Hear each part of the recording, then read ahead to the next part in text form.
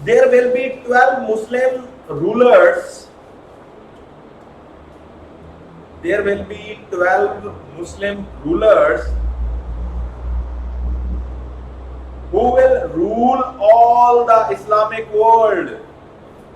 Who will rule all the Islamic world. All of them, those rulers will be from Quraysh.